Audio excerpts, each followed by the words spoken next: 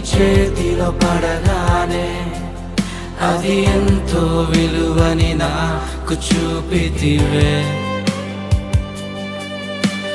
జీవమే లేని నాలోని జీవమును నింపుటకు నీ జీవితాన్నే తారబోసితివే. నీది శాశ్వత